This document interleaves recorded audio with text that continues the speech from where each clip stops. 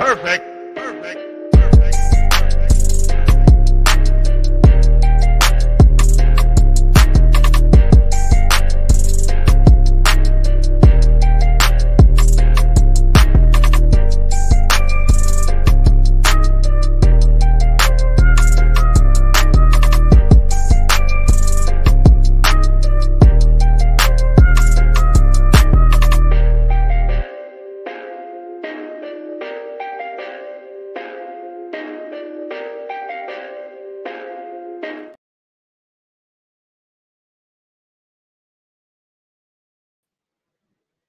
All right, everybody, what's going on? And welcome to today's edition of SWAC Talk. This is the show we cover the SWAC inside and out, and I'm your tour guide around the SWAC. C-Wells coming at you. And week 3 is come and gone, so we're going to recap the games from week 3. Again, not a great week for the SWAC, man. This season so far has not been that great, especially offensively, man. A lot of teams are not playing well offensively. Quarterback play is not looking good in the conference right now, but we are basically still in non-conference play. There's only been a couple conference games played so far, so everybody still got an opportunity at the big prize. So we're going to talk about all the games, the good, the bad, the ugly. We're going to kind of just share my thoughts on those games. So we got our weekly schedule up on my socials. Facebook is SWAC Talk, Instagram SWAC Talk, Twitter SWAC Talk 76. Tuesday is our kind of catch-all show. If anything of note comes across the coaches' press conference, I cover it there. My HBCU top 10 is dropped that day, and we got we use the take a look at the point spreads for the upcoming week. So that's kind of a catch-all show. Wednesday is our week 4 preview. Thursday is SWAC Smoke.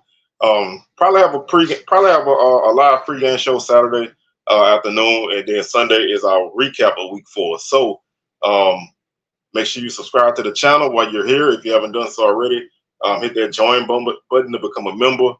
We have a members pick'em contest going on in our group chat, and we're going to be doing a bunch of other things throughout the season. So go ahead and hit that button as well. I got a couple tiers, both of them. If either one of them work for you, hit that button. Like the video, share it, and feel free to comment your thoughts on week 3. So without any further ado, man, we're going to go ahead and jump directly into this. And we're going to start off with the game that I said I thought the line was very disrespectful. Delta State was favored by 25. They ended up winning by 28 over Valley, 35-7. And this was just, this was not a lot to really put into this game, man. Delta State had their way. They actually kicked 2 field goals to open up the scoring, and Valley led 7-6 midway through the second half and through the second quarter, and Valley led 7-6 at the half. Coming out of the locker room, Delta State just bombarded them. They scored 16 points in the third quarter and 13 in the fourth to put this game away. Valley was held to 156 yards of offense. Delta State 510 total offense. Valley couldn't get anything going through the air either on the ground. Delta State crossed 250 yards, both passing and rushing. Like I said, they just had their way in this game. Valley struggled on third downs. Delta State actually missed 2 extra points and a 2-point conversion, as well as a field goal. So they missed a couple more opportunities to score points. Valley just was unable to do anything. Delta State was 6 of 8 in the red zone, and they sacked Valley quarterbacks 4 times. Just, like I said, just not a great game for Valley. Not a lot to take away from this. It's one of those games, Delta State's a really, really good team. And they showed that in this game. They were able to keep Valley under control in every aspect. Khalib Alexander had a great game for Valley, though. He had 9 tackles, 3.5 tackles for loss, and a sack. So he had a pretty strong game for them on defense.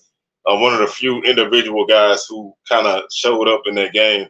But Valley, it doesn't get any easier for them next week. They played North Carolina Central in the Circle City Classic. Now, Central got blown out by UCLA, but, we'll see, if they can bounce back against Valley.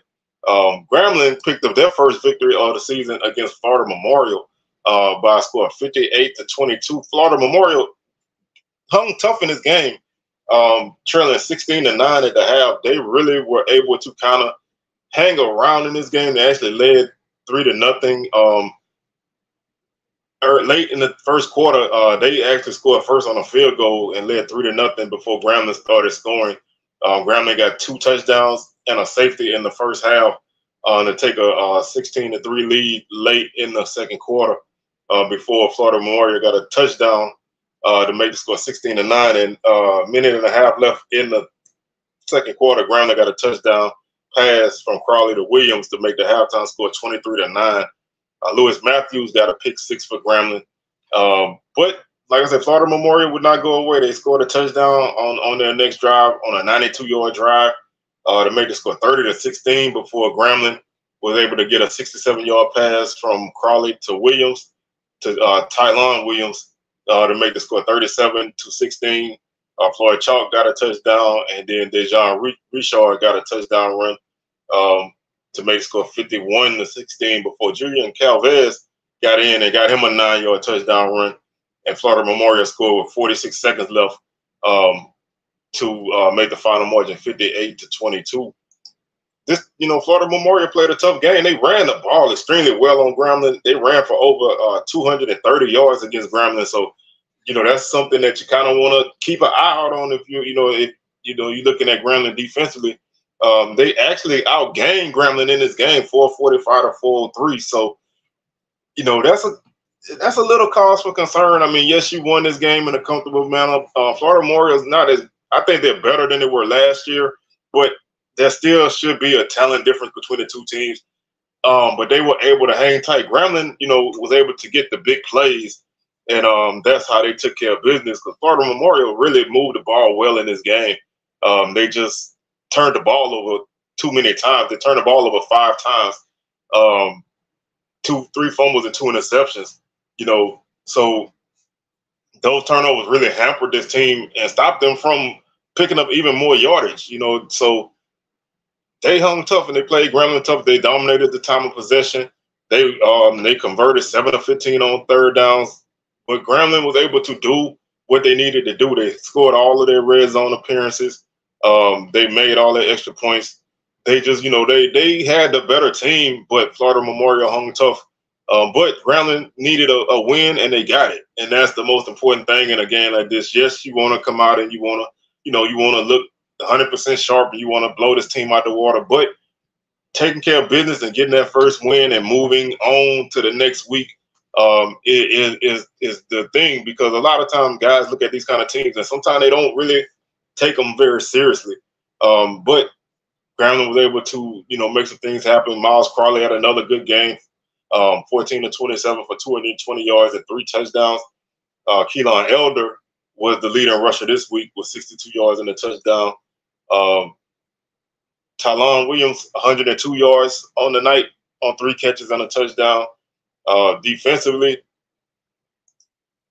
Lewis Matthews had a pick 6 and 11 tackles to lead the team. Sunday out of Anderson with 6 tackles.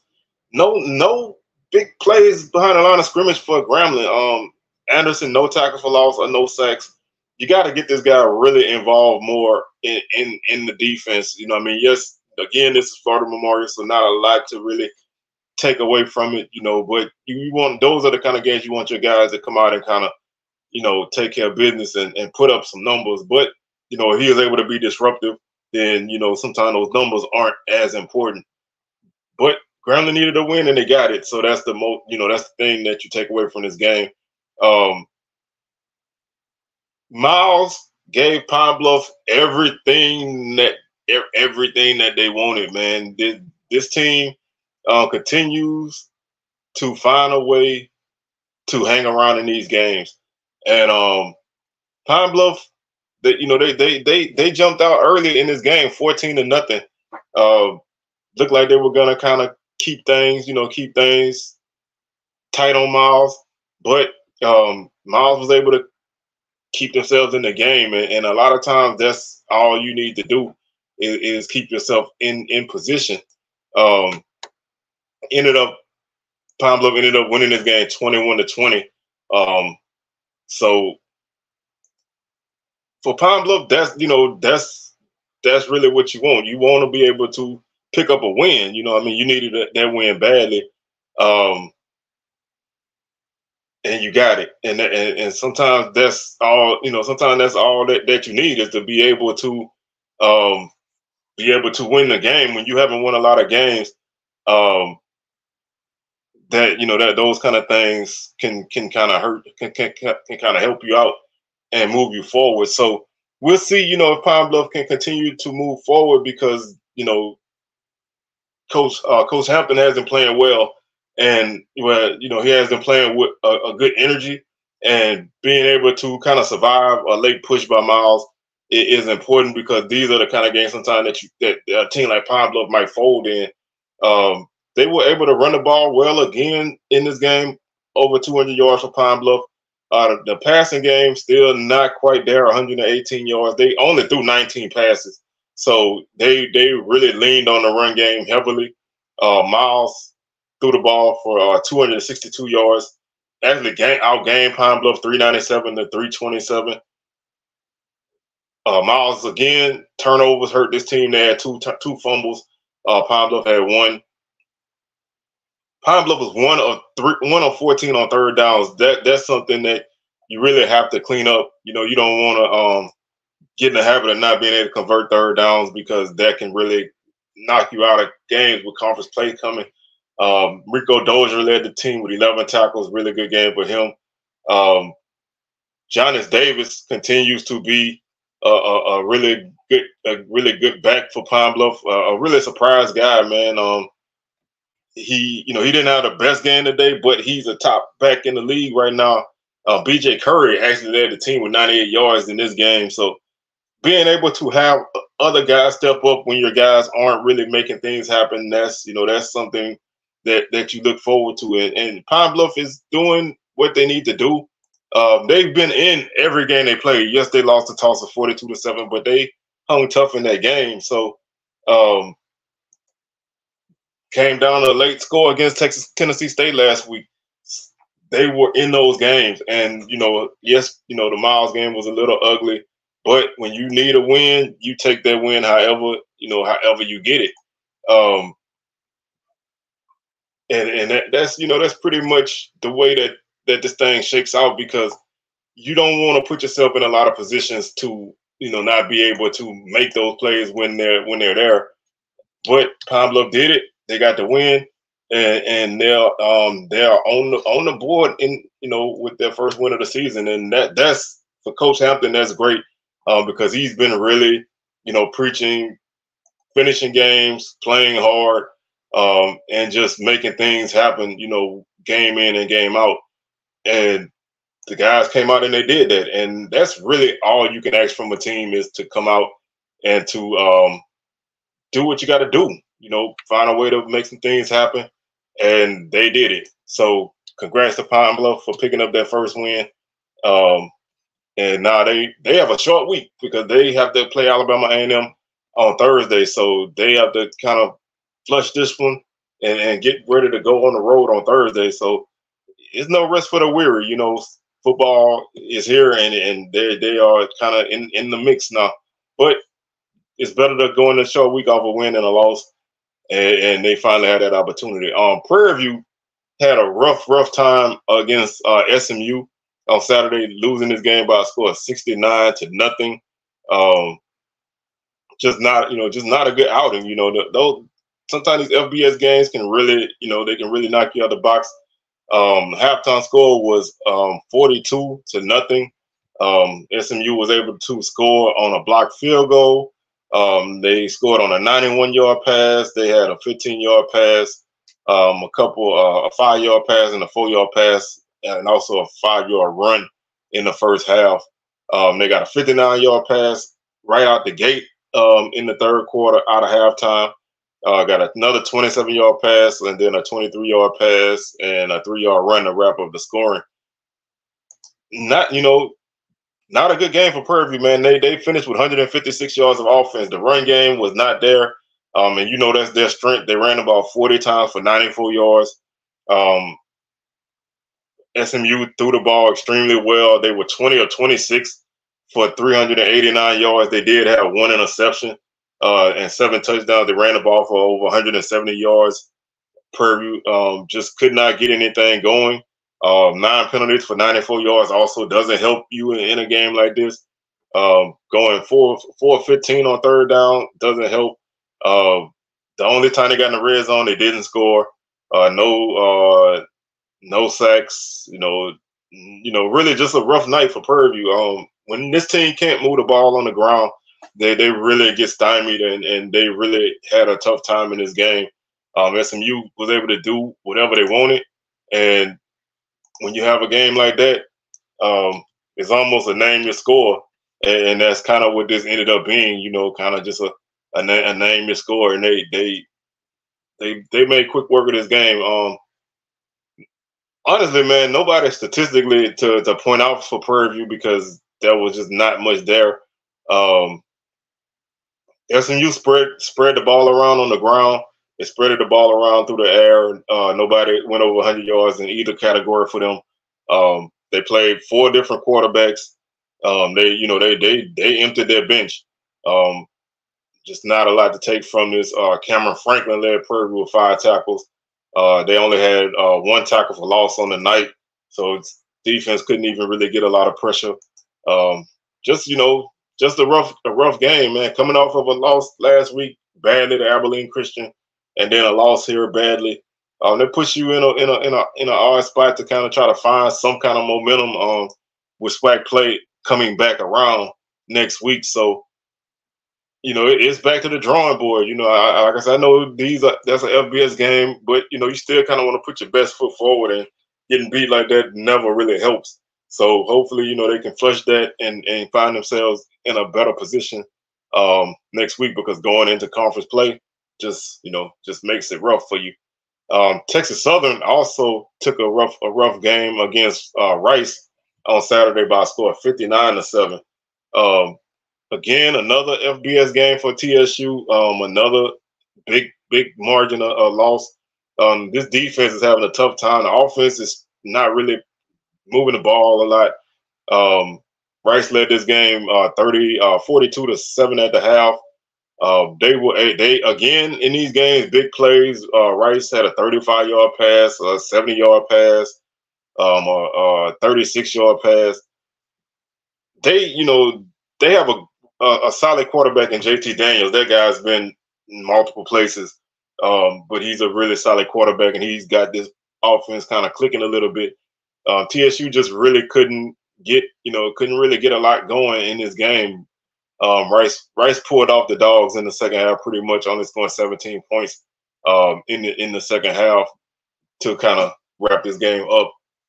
TSU offensively, another subpar night, 185 yards of offense. Another low running night, 81 yards, 9 of 19 passing for 104 yards. They did throw a touchdown. They turned the ball over 2 times. They fumbled 3 times and lost 2 of them. 11 penalties for 94 yards. A lot of things that don't help. I mean, those kind of things may not have made the score any different, but you want to play as clean as you can in these kind of games. Rice over 200 yards rushing, over 200 yards passing, 12-18 through the air. They ran the ball 51 times, so they really tried to kind of shorten that game when they got that lead like that. TSU 2 of 13 on third downs, no sacks. They were 1 for 2 in the red zone. Rice registered 1 sack. They were 5 of 5 in the red zone. They were 6 of 12 on third down. TSU only had the ball for 24 minutes. So when you don't have the ball a lot and you're not explosive when you do have the ball, then you're gonna have games like this. Jace Wilson went the whole way for TSU, 9 of 19 for 104 yards and a touchdown. Ladarius Owens led the team with 48 yards.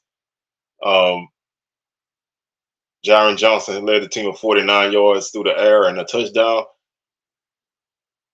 They had 3 guys lead the team with 7 tackles. A couple guys lead the team with 1 tackle for loss. And like I said, they didn't have any sacks.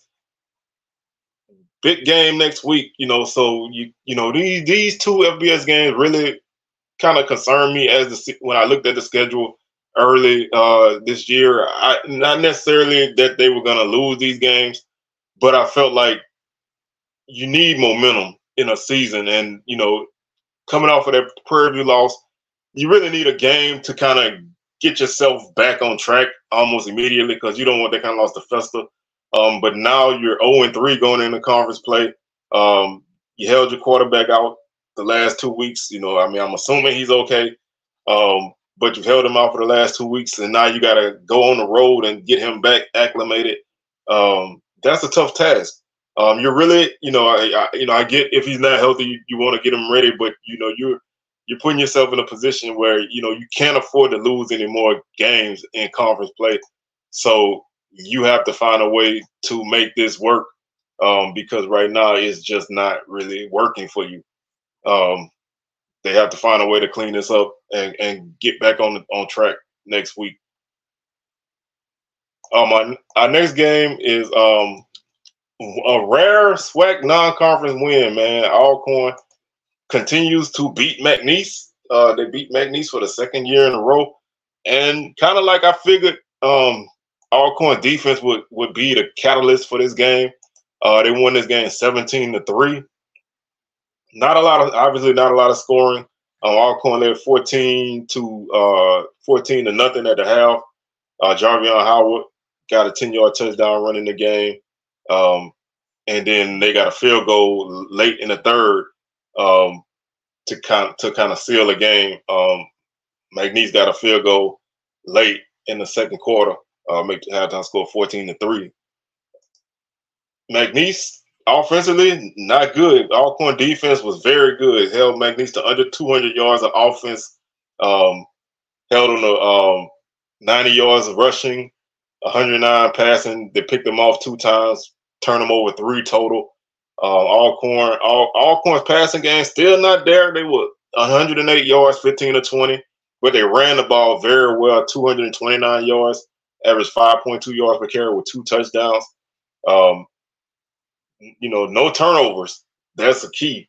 But this defense for Alcorn is tough. They registered 3 sacks on the night. Alcorn was 2 or 3 in the red zone. They were 7 of 14 on third down. So they were very efficient. Even though the passing game wasn't there, they converted a lot on third down. They kept drives going. They had the ball for almost 40 minutes. So they dominated this game, time of possession-wise, with that run game.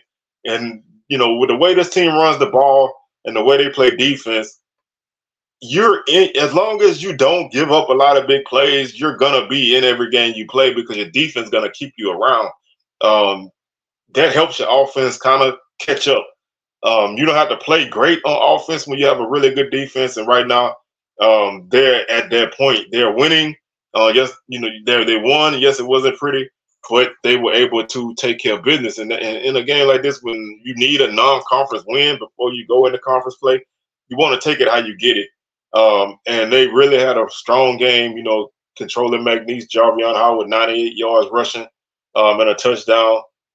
Nico Duffy, 67 yards on the ground. Javante Leatherwood, 56 yards on the ground. They were able to run the ball with that 3-headed monster.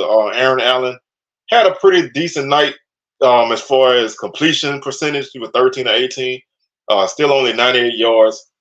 Tyler Macon still, he was 2 for 2 for 10 yards. But that passing offense at some point is going to have to pick up. But they were able to kind of get some things done. Micah Davey for McNeese had 15 tackles, so that's really a great game for him, and 1 tackle for loss. Terrence Ellis led Alcorn with 7 tackles, 1.5 tackle for loss. Him and Malachi Bailey each. Malachi Bailey had a sack and a half, and McKelton and Woods each had interceptions for Alcorn. And like I said, this defense is strong. Yes, they've given up points in games, but their offense in those first 2 games didn't really do them a lot of favors. This was a game where the offense didn't hurt them, and the defense was able to really put them in a position to win this game. And that's all you can really ask from a defense, is to go out and to kind of make some things happen. Give yourself an opportunity to make those plays, and that's what they did. Like I said, they move in the SWAC play next week. But it's better to go in winning 17-3 than go in losing 17-3. So that's a good opportunity. There's still some things to work on and clean up, but you're in a good spot right now heading into conference play. Our last our last non-game of the week, non-conference game. Texas State beat Jackson State by a score of 77-34. JSU was able to put some points on the board in this game, but they got snowed under going into the half down 49 to 56 to 20. Big first half for Texas State. Jackson State, really found it kind of hard to get going. TSU, they scored on a 56-yard run to open up the scoring. They had a 14-yard touchdown. Jackson State got on the board with a Jason Brown touchdown run for 7 yards out. Then Texas State went on a big tear. They scored a touchdown with 2:46 left in the first quarter from 15 yards out. Herb Mulligan got Jackson State back on the board almost right after that with an 85-yard drive, capping it with a 9-yard run. Score was 21-13 at that point. Texas State was able to get a 9-yard run, go up 28-13. Jackson State got another Herb Mulligan touchdown to make the score 28-20.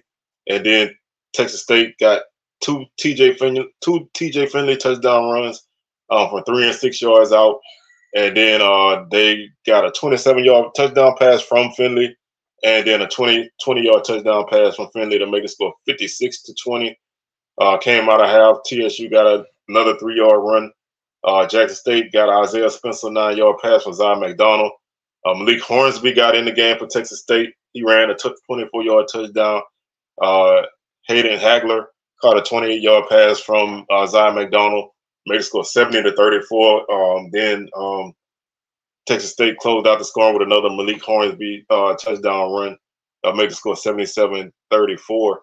JSU finished the night with 400 yards of offense. Texas State 684.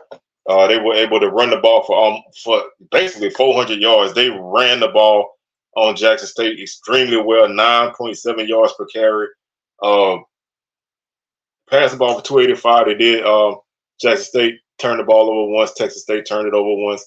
Texas State averaged 10.4 yards per play. Those kind of things really can hurt you. They averaged 18. Texas State averaged 18 yards on punt returns and 30.5 yards on kick returns. Again, that's those kind of hidden yardage. Jackson State had the ball for 34 minutes, but just, it was tough. When you got a team that's putting up the yardage like that, it's tough. JSU was 8 of 17 on third down. Texas State only had 6 third down attempts, and they converted 4 of them, 2 of 2 on fourth down. So they basically were 6 of 8 on conversions on the night, which is extremely good. 8 of 8 in the red zone for Texas State. They finished with 6 sacks. Texas State did, and they made all the extra points. This was one of those games where JSU was kind of in the game before a kind of big avalanche of points in the second quarter kind of put it out of reach. Jason Brown, 16 of 26, 209 yards, no touchdowns, 1 interception. He was sacked 4 times. TJ Finley, 251 yards, 17 of 21, 3 touchdowns, no interception, no sacks. Ahmad Miller led Jackson State with 98 yards on the night. Herb Mulligan, two touchdowns. Malik Hornsby went for over 130 yards. Demarius Good went for 105. So they had 2 guys run for over 100 yards in that game. Kobe Paul led JSU with 54 yards receiving. Defensively, Tim Stewart led the team with 10 tackles. Isaac Peppers had 9. JSU only had 1 tackle for loss. When you have a defense like JSU that doesn't make a lot of plays in the backfield, it's tough to stop a team. When they're able to basically do what they want with the ball, not losing many yards. You kind of force teams to, you can't impose your will on them, and that's what happened. TSU only lost 5 yards rushing all night, so they were able to kind of do whatever they needed to do in that game. And this is one of those games, man. You just gotta flush it. That's been the theme for the SWAC this season. Is like you just gotta flush it, man. Like you can't really linger on a lot of these games because we've had some rough games in the SWAC this season so far. And you kind of just gotta buckle in and get ready for conference play. in full in the next couple weeks. So, you know, yes, your offense was able to score a lot, especially early. You know, you were able to score, a couple touchdowns early, but you just couldn't keep pace, and that's tough in a game like this, to fall behind like that. Southern and Alabama A&M played basically a defensive game, man. Offense was not good in this game for either team. Southern was able to win this game 20-10. Southern scored first. This was their second game of the year where they had a really, really good first drive, and then the offense kind of just staggers around for large portions of the game. Southern crossed 20 points for the first time this season. Still can't run the ball. Offense is still struggling to run the ball, but defensively, Southern played a really, really good defensive game. They held Alabama A&M to minus 17 yards rushing, and that's an impressive number when you consider that A&M had the offensive player of the week as a running back last week, almost 200 yards on the ground for Ryan Morrow, and they finished with minus 17. They lost 106 yards on the ground. Southern, again, with a poor running night, 62 yards for Southern. Nobody could run the ball in this game. Both teams threw the ball for basically 228 yards. 19 of 39 for Alabama A&M. No touchdowns, one interception. Southern 15 of 26, one touchdown, no interceptions. 211 yards for Alabama A&M on offense. Southern 287. Not like I said, not a lot of offense. Southern only one turnover this week. They actually turned the opponents over 4 times. A&M only had one penalty for 5 yards in this game. Southern had a lot of crucial penalties on third downs to extend Alabama A&M drives, whether that's to get them a first down off of a third down, or to make it go from a 3rd and 10 to a 3rd and 5 or a 3rd and 2 or 3. A lot of offside penalties for Southern, a few false starts that really hurt them. One really valuable key in this game for Southern was the punt game. Robins Beauplan, we call him Mr. Goldenfoot. He had a 50-yard average on 4 punts. Routinely was able to put Alabama A&M inside the 20.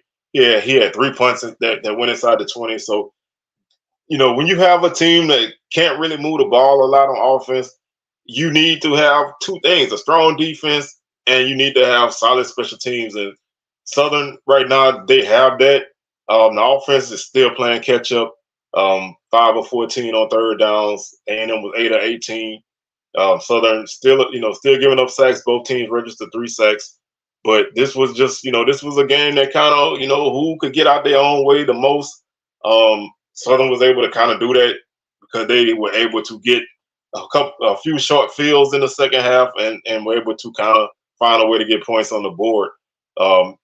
Not a pretty game, man. And then when you consider, Coach Manna barking, I mean, that is not a big, it's a funny thing to me, not like you take it a certain way type of thing, but it was a funny thing.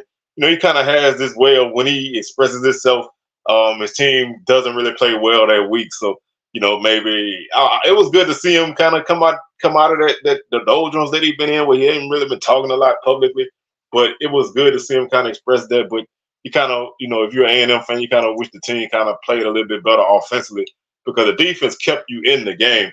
If your offense could have put up any kind of yardage, you win this game, because Southern offense just is so hit or miss. Quincy Casey played the whole game. I was surprised not to see Cornelius Brown. Xavier Langford is injured, but I was surprised to see Brown not getting the action. So they still have some quarterback issues to work out as well, which is a theme for this season for a lot of people. Our last game, which was our game of the week, Florida A&M, huge third quarter, man. West Florida was giving them everything they wanted. The score was tied at 3 at the half, but Florida A&M was able to hit some big plays in the second half, especially the third quarter. All explosive touchdowns. 27-yard pass from Musa to Kamari Young, a 24-yard pass from Musa to Marcus Riley, a 59-yard pass from Musa to Nicholas Dixon. Those 3 touchdowns put FAMU up 24-3 before West Florida got a touchdown in the fourth quarter. And then Terrell Jennings put the icing on the cake with a 31-yard, with a 73-yard touchdown run early in the fourth quarter. But this was a battle for a half for sure. West Florida was able to kind of hang with FAMU and really kind of make this a grinder of a game. But like I said, that third quarter, FAMU offense exploded and they blew this game open. So you gotta really like the way FAMU handled this game. This was kind of not necessarily score-wise, but the kind of slow, kind of grindy type of game. Kind of remind me of that game last year they had. I think it was Fort Valley State, I believe. Or it might have been Albany State. I can't remember which one of them was. But they had an early non-conference D2 game, and they kind of grinded it out and was able to kind of win that game, going away late. And, this was a similar type of game. West Florida's a very good team. I mean, they represented themselves well in that game. But FAMU, I think they're a team on a mission. I mean, you can look at, them losing the US. It was Albany State last year. They won that game 23-13. You can look at them losing to USF last week. But USF, I mean, yes, it was in a torrential downpour, but USF gave Bama fits yesterday. So this team is a very good team. This team is the front runner in the conference right now. Can they not drop some unexpected game? That's going to be the key, is to stay focused week in and week out, because the offense, they showed this game that they can kind of get some things going. Musa had a really good game passing the ball yesterday. He was 18 of 27 for 271 yards, 3 touchdowns, no interceptions. He was sacked once, but really, really good game for him on the ground. Like I said, the run game was kind of spread out. Terrell Jennings had 73 yards, but he only ran the ball twice. So they ran a lot of guys in this game. The passing game was balanced. You had Riley with 4 catches. Young had 4 catches. Shareed had 3 catches. Dixon and Pruitt each had 2 catches. So they spread the ball around a lot. The defense made it really tough on West Florida. They only gave up 79 yards on the ground. Really made it tough for them to run the ball. They sacked the quarterbacks 3 times. They picked them off once. And they did what that dark cloud defense do. They smother you. Not a lot of guys with individual numbers in this game, but Isaiah Major did have a sack and a tackle for loss. Anthony Dunn Jr. continues to have a really, really good season. He had 2.5 tackles for loss in this game and 2 sacks. Kimani King had an interception. This team, they kind of wreaked havoc in the backfield. They really made it tough for West Florida. They couldn't really find the traction that they needed to kind of keep themselves in the game. Once Florida A&M started scoring, they couldn't match that because the defense for Florida A&M was really tough on them. Holding the Argonauts to 213 yards and 3.3 yards per play. 8.1 yards per play for FAMU, so they moved the ball really well in this game. 5.8 yards per carry. Like I said, no turnovers for the Rattlers, so that's always good, especially in a game like this. 5 of 11 on third down. Can't relax for a lot more than that. 3 sacks.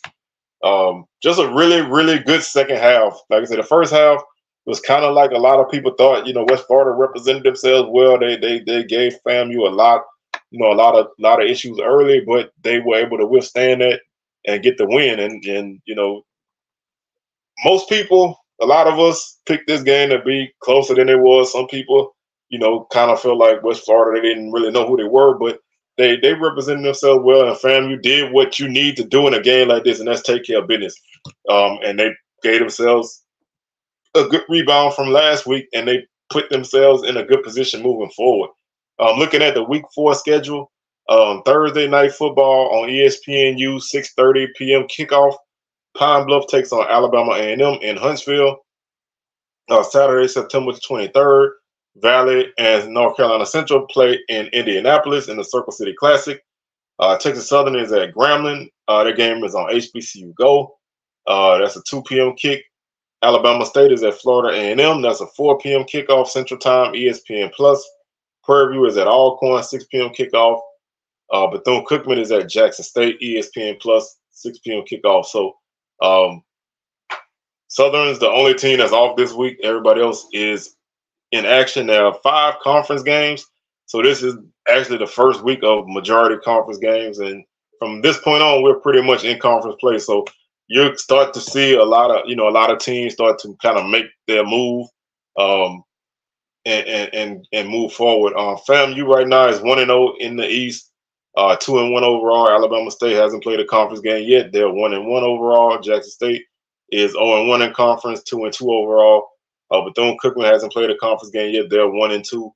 Alabama A&M is 0-1 in conference, 1-2 overall. Valley is 0-2, haven't played a conference game yet. Prairie View is 1-2 and 1-0 in conference. Southern is 1-2, also 1-0 in conference. Grambling is 1-2 overall, haven't played a conference game. Pine Bluff hasn't played a conference game yet. They're 1-2. Alcorn hasn't played a conference game yet. They're 1-2. And Texas Southern is 0-3 and 0-1 in conference. There's only 2 teams in this conference with 500 or better records, man. So this was a rough non-conference slate for the SWAC. And when you take out Southern and Prairie View winning conference games and not winning a non-conference game, that makes it look even worse. So it's got to turn around, and it should start this week. Now we're in conference play, so we'll see. If some teams start to find some footing, because it was a rough non-conference stretch for the conference. But that's going to do it for today's show, man. I'd like to thank y'all for joining me. We'll be back on Tuesday with our HBCU Top 10. Wednesday is our Week 4 preview. Thursday, SWAC Smoke, live 6 p.m. Central, 7 p.m. Eastern. And then, like I said, we're going to try to have a pregame show on Saturday. And then our Week 4 recap will be on Sunday. So with that being said, I'm your tour guide around the SWAC, Sewell, signing out. And we'll catch y'all on the rebound. Peace.